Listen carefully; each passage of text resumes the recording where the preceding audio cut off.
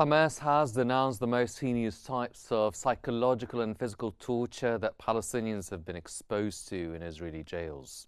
Hamas stated that the liberation of those detained will remain a top priority in a ceasefire agreement, recognizing their sacrifices and their steadfastness. It also declared that it holds Israel fully responsible for the lives of Palestinians kidnapped from Gaza since the war began in October 2023, as well as all Palestinians held by Israel.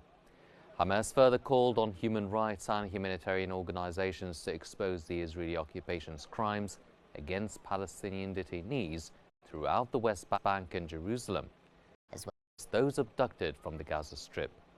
It urged these organizations to work towards prosecuting the perpetrators in international courts and to take effective action to pressure for the immediate release of all detainees.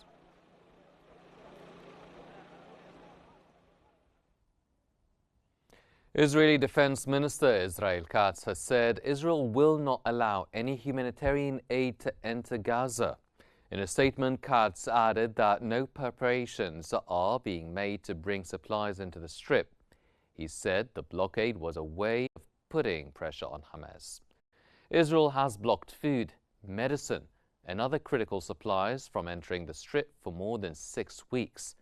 Aid agencies say there are concerns of a full-blown famine taking hold.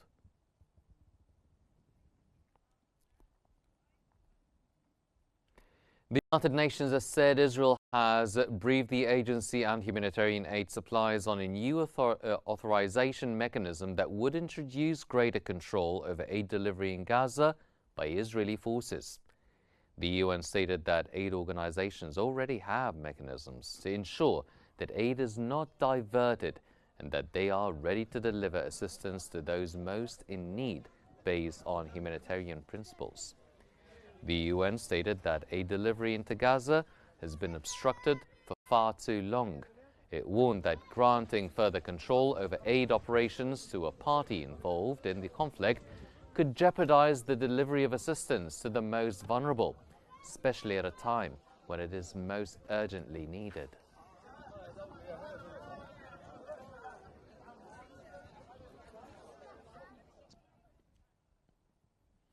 The UN Agency for Palestinian Refugees has raised alarm over critical medicine shortages in Gaza, warning that lives are at risk. The agency said the lack of essential supplies and painkillers poses a grave threat to patients. UNRWA highlighted the case of 2-year-old Loretta, who suffered burns after scalding liquid spilled on her during recent shelling, underscoring the urgent need for medical aid.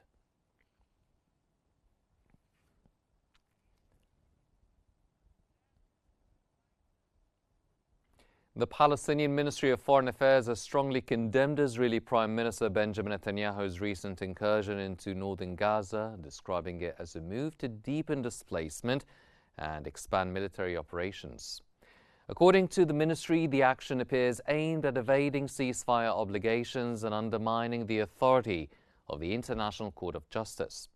It also highlighted ongoing Israeli policies that continue to fuel hunger and deprivation, including the closure of crossings and the escalation of violence, measures that, it says, threaten the viability of a future Palestinian state.